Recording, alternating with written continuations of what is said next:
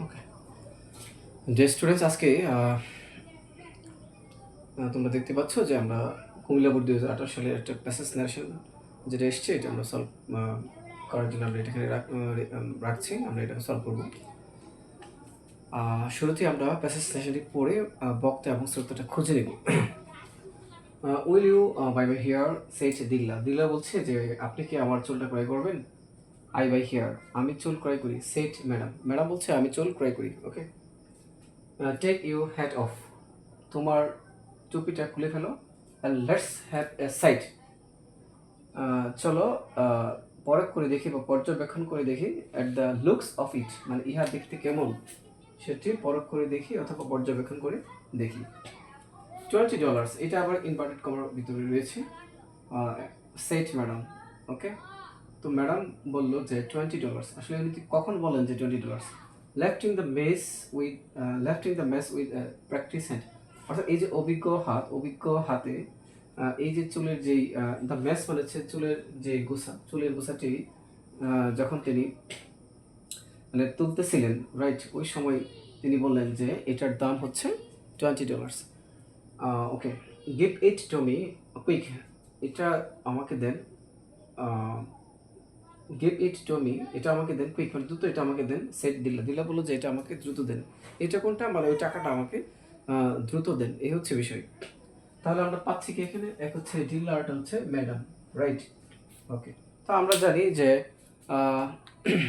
Reporting verb, যেটা reporting close, এটা যদি বাক্যের শেষে থাকে ইন্টারেক্ট করার সময় সেটা শুরুতে নিয়ে আসতে হয়। আর যেটা রিপোর্টেড স্পিচ, যেটা যেখানে বাণীটা থাকে, অর্থাৎ যেটাকে আমরা রিপোর্টেড ক্লোজ বলি ব্যাকরণগতভাবে, সেটাকে বলা হয় রিপোর্টেড ক্লোজ, রাইট। ওকে, এটা যদি বাক্যের শুরুতে থাকে তাহলে ইন্টারেক্ট করার সময় সেটাকে মানে শেষে নিতে হয়। ওকে, রাইট। এখন আমরা এটা নিয়ে আসবো। ওকে, দিল্লা, এটা হচ্ছে ইন্টারোগেটিভ সেন্টেন্স, সেই কাজে আমরা এখানে আক্স লিখবো। এখন দিল্লা জিজ্ঞাসা করছিল কাকে? ওই ম্যাডামকে। আমরা জানি যে ইন্টারোগেটিভ সেন্টেন্সে ইনভার্টেড কমার পরিবর্তে তিনটে অংশ বসে। সে হচ্ছে এক ইফ বসতে পারে, উইদার বসতে পারে, আর হচ্ছে ডাবলস কোশ্চেন। যদি বাক্যের মধ্যে ডাবলস কোশ্চেন থাকে তাহলে সেক্ষেত্রে আমরা ডাবলস কোশ্চেন বসাবো, আর যদি ডাবলস কোশ্চেন না থাকে সেক্ষেত্রে আমরা ইফ অথবা উইদার শব্দটা আমরা দেখব। তো এখন ইফ এবং উইদার এই দুই শব্দ কোথায় বসবে, right? Yes or no question, যদি ইয়েস অর নো কোশ্চেন থাকে সেই ক্ষেত্রে ইফ বসতে পারে অথবা উইদার বসতে পারে। তো এখন উইদার এবং ইফ কোথায় বসবে? যখন ইয়েস অর নো কোশ্চেনের মধ্যে অর কথাটা থাকবে। হ্যাঁ, যদি অর থাকে তাহলে আমরা উইদার বসাবো, আর যদি অর কথাটা না থাকে সেক্ষেত্রে আমরা ইফ বসাবো, রাইট। ওকে, এখন আমি দেখি এখানে ডাবলস কোশ্চেন আছে কিনা। এটা কিন্তু ডাবলস কোশ্চেনটা নাই, তার মানে এখানে ইফ অথবা উইদারটা বসবে। কিন্তু ইফ বসাবো না উইদার বসাবো আমরা দেখবো। এখানে কি ইয়েস অর নো কোশ্চেন, যেটা এখানে কি অর লেখা আছে, অর লেখাটাও নাই, কাছে আমরা সেক্ষেত্রে ইফ লিখবো। আমাদের এটা ক্লিয়ার? ওকে,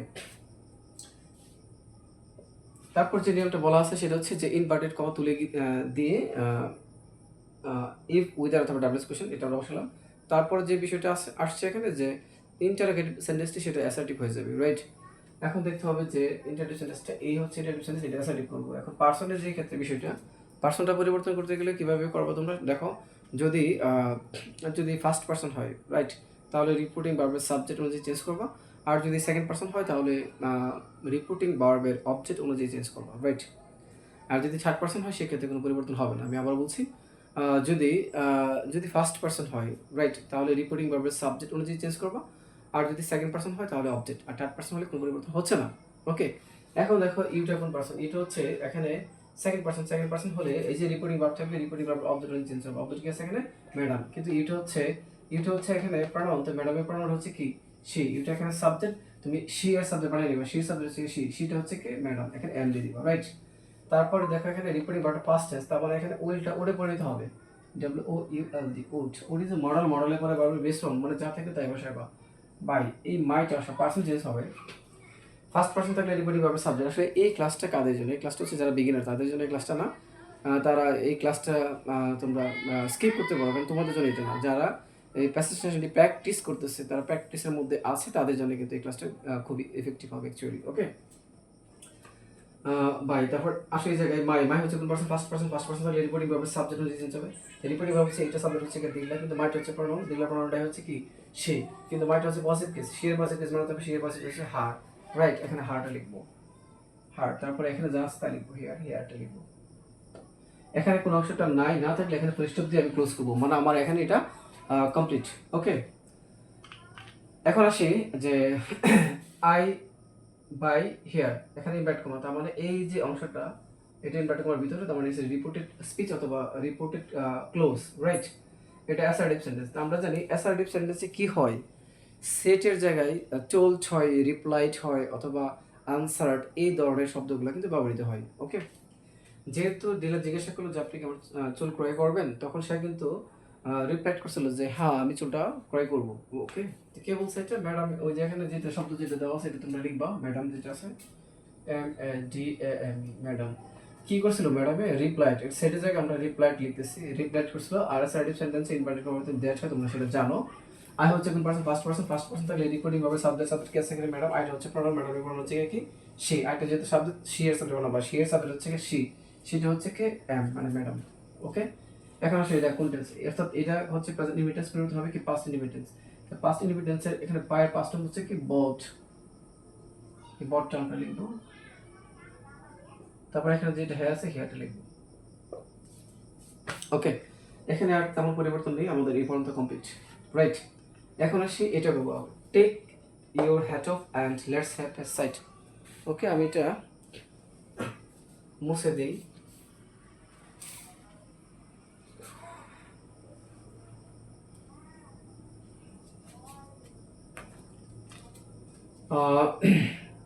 দেখো, take your hat off and let's have, অর্থাৎ এই যে অংশটা এটা কিন্তু ইম্পারেটিভ অংশ, এইটাও কিন্তু হচ্ছে ইম্পারেটিভের অংশ, রাইট। এইটার কথা কার, মানে তোমার ক্যাপটা খোলো, আর and let's have a sight at the looks of it, এবং এই চুলের গোছাগুলো দেখতে কেমন সেটা আমাদেরকে পরখ করতে দাও বা পর্যবেক্ষণ করতে দাও। এটা কিন্তু ম্যাডামই বলে, কারণ যেহেতু ম্যাডাম চুলগুলো ক্রয় করবে, কাজে তিনি এই কথাগুলো বললেন। আমরা লিখবো এখানে madam, right. Madam imperative sentence এটা। আচ্ছা, ইম্পারেটিভ সেন্টেন্স যদি আদেশ, উপদেশ, অনুরোধ যদি এগুলো না বোঝাই, ওকে, সেক্ষেত্রে কিন্তু আমরা টোল লিখবো। টেক ইউর হ্যাট অফ, তোমার টুপিটা খুলে ফেলো। তো ম্যাডাম যেহেতু তাকে এই কথাটা বলে, আমরা এখানে আদেশ উপদেশ কোনো কিছু হচ্ছে না, আমরা টোট লিখবো। তো ম্যাডাম বলছে কাকে? দিল্লাকে। দিল্লা মানে হচ্ছে হার, আমরা লিখবো টি, রাইট। এখন আসি, আমরা জানি যে ইম্পারেটিভ সেন্টেন্সে ইনভার্টেড পরবর্তী কি হয়? টু হয়, আমরা টু লিখবো। টু এর পরে ভার্বের বেস ফর্ম, যা থেকে তা লিখবা, টেকটা লিখবা। আর ইউটা কোন ফর্ম? দেখো, ইউ হচ্ছে সেকেন্ড পারসন যদি হয় তাহলে রিপোর্টিং ভার্ব অবজেক্ট, অবজেক্ট হচ্ছে এখানে কে হচ্ছে হার, কিন্তু ইউটা হচ্ছে পজিটিভ কেস, হারের পজিটিভ কেস বানাতে হবে, আর হারের পজিটিভ কেস হচ্ছে হারি, আমরা হারটাই লিখবো। তারপর এখানে হ্যাডটা লিখবো, অফ লিখবো, রাইট। অ্যান্ড যেটা আছে আমরা অ্যান্ডটা লিখবো। ওকে, রাইট। এখন এটাও কিন্তু লেট আস মানে হচ্ছে এটা, লেটস মানে হচ্ছে লেট আস, এটা একটা নিয়ম আছে, এটা মূলত প্রস্তাব বোঝানো হয়ে থাকে। সেক্ষেত্রে আমরা রিপোর্টিং ভার্বে সেটের জায়গায় আমরা প্রপোজ লিখতে পারি অথবা সাজেস্ট লিখতে পারি। তো যদি আমরা প্রপোজড লিখি, আমি তারপরে যদি অবজেক্ট লিখি, তাহলে প্রপোজডের পরে আমরা টু লিখবো। ঠিক সেম যদি আমি এখানে সাজেস্টার লিখি, সাজেস্টের পরে যদি এখানে কোনো পার্সন লিখি অর্থাৎ অবজেক্ট লিখি, সেক্ষেত্রে আমি টু লিখবো। আর যদি অবজেক্ট না লিখি, অর্থাৎ আমরা সেখানে পার্সন আমরা যদি না লিখি, তাহলে আমরা দ্যাট যে ক্লোজটা থাকবে সরাসরি ওই দ্যাট ক্লোজটাই লিখবো। ওকে, আচ্ছা। অ্যান্ড এন্ডটা এখানে যে এন্ড আছে সেটা লিখলাম এখানে, আর এটা যেটা আছে সেটা আমরা পরিবর্তন করবো, কারণ এটার কথা যেহেতু ম্যাডামেরই, আমি এখানে ম্যাডামের প্রনাউনটা লিখবো সি। যদি লেটাস থাকে আমরা রিপোর্টিং ভার্বে সেখানে প্রপোজটা লিখি, PROPOSED, প্রপোজড। আমি এখানে অবজেক্টটা লিখলাম না, রাইট। অবজেক্ট না লিখে সরাসরি আমি দ্যাট লিখে দিচ্ছি, কারণ লেটার্স থাকলে সেখানে কিন্তু দ্যাট হয়। ওকে, সেই দ্যাটটা লিখলাম। তারপর লেট আস, এখন দেখতে হবে যে এই দ্যাটের পূর্বে এখানে কোনো ফার্স্ট পারসন আছে কিনা। যদি ফার্স্ট পারসন থাকে সেটা রিপোর্টিং ভার্ব সাবজেক্ট কিংবা অবজেক্ট। যদি ফার্স্ট পারসন থাকে তাহলে দ্যাটের পরে কিন্তু উই হয়। ওকে, আর যদি ফার্স্ট পারসন না থাকে তাহলে কিন্তু দে হয়। কাজেই এখানে অর্থাৎ দ্যাটের পূর্বে একটু খেয়াল করে দেখতে হবে যে এই যে রিপোর্টিং ভার্ব, এই রিপোর্টিং ভার্বের সাবজেক্টটা কিন্তু সি, অবজেক্ট এখানে নাই। অবজেক্ট যদি থাকতো তাহলে কি হতো? অবজেক্ট আসতো দিল্লা। দিল্লা হচ্ছে কি, যদি আমি এখানে প্রনাউনটা লিখি তাহলে হতো হার। তাহলে হার এবং সে দুইটা কিন্তু থার্ড পারসন, রাইট। যদি কোনোটা ফার্স্ট পারসন হতো সেক্ষেত্রে আমরা উই লিখতাম, কিন্তু যেহেতু এখানে থার্ড পারসন আমরা উই লিখবো না, এখানে লিখবো দে। আমাদের নিয়ম যেটা বলা আছে সাবজেক্টের পরে হবে শুড, আমরা শুডটা লিখবো, তারপরে বারবার বেস ফর্ম যা থাকবে সবটুকু দেখে দেখে লিখবো আমরা।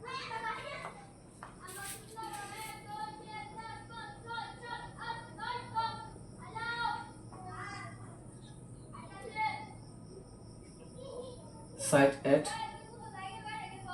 the looks of it. Okay fine, এখানে যেহেতু আর কোনো অংশটা নাই, এটা আমাদের কমপ্লিট। আমরা এখন এই অংশটা করব। ওকে, এটা মুছে ফেলি।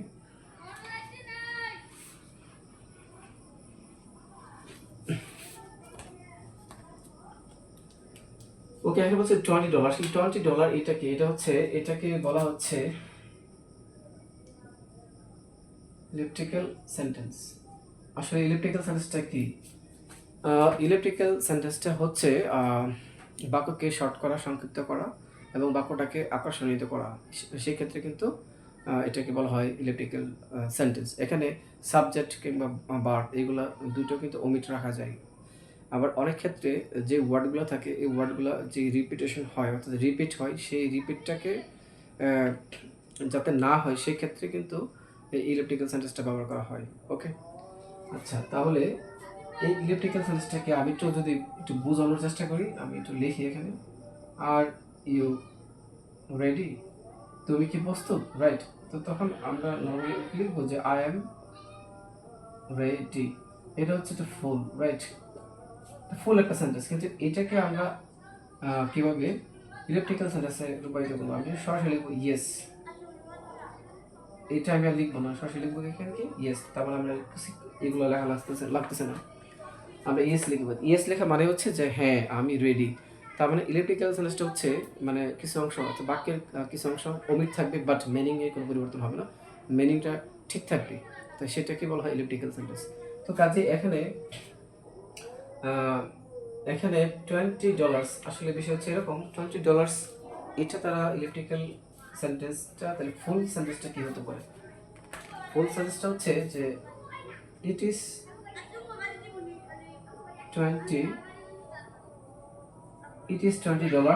অথবা I will give you $20।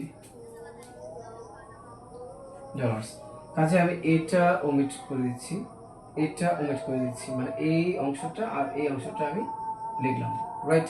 তো এটাকে বলা হয় ইলেকট্রিক্যাল সেন্টেন্স। অর্থাৎ আমি সম্পূর্ণটা লিখবো না, বাক্যটাকে শর্ট করব, বাক্যটাকে আকর্ষণীয় করব। ওকে, বাক্যের অর্থাৎ ফুল বাক্যের একটা অংশ তুলে দেব, এটাকে বলা হচ্ছে ইলেকট্রিক্যাল সেন্টেন্স। ওকে,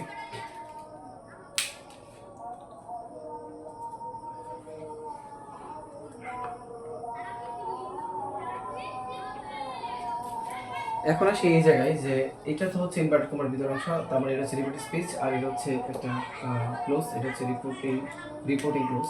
কিন্তু এই রিপোর্টিং ক্লোজ যেটা, এটা তো একটা মেইন ক্লোজ, রাইট। এই মেইন ক্লোজের পরে যদি এই যে লেফটিং, এটা হচ্ছে পার্টিসিপল একটা ফ্রেজ, রাইট। এই হচ্ছে মেইন ক্লোজ। মেইন ক্লোজের পরে যদি কোনো পার্টিসিপল ফ্রেজ আসে তাহলে ওই পার্টিসিপল ফ্রেজের পূর্বে কমা আসবে, এই জন্য কিন্তু সেটা কমা। তার মানে এই যে অংশটা এটা হচ্ছে এক্সট্রা ইনফরমেশন দিচ্ছে, রাইট, মানে অতিরিক্ত তথ্য দিচ্ছে। ওকে, কারণ $20 কখন বলবো, মানে যদি আমি লিখে সেট ম্যাডাম $20, বাকিটা কিন্তু আমার হয়ে যাচ্ছে, কিন্তু এই অংশটা হচ্ছে এক্সট্রা ইনফরমেশন। এটা যদি নাও দেওয়া হয় তারপরে এখানে মিনিংয়ে কোনো পরিবর্তন হবে না।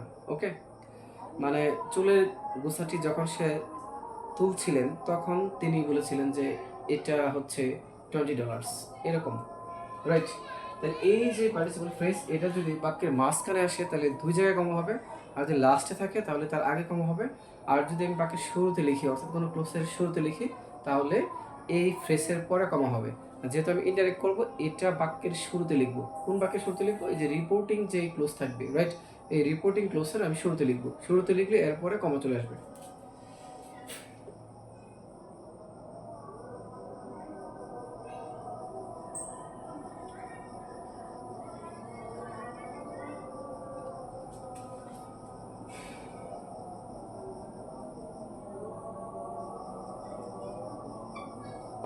ওকে, এখন আমি এটা লিখবো ম্যাডাম সেট, ওকে।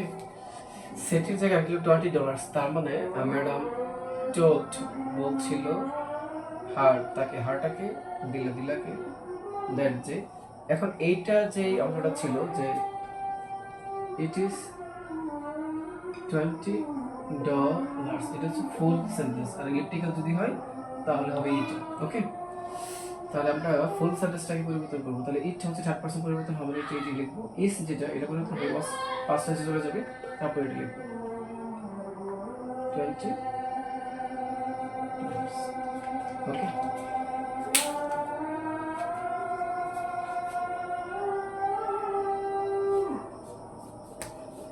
তো এখানে যেহেতু আর কোনো অংশটা নাই, আমার এটাকে ক্লোজ করে ফেলবো, রাইট। এখন আসি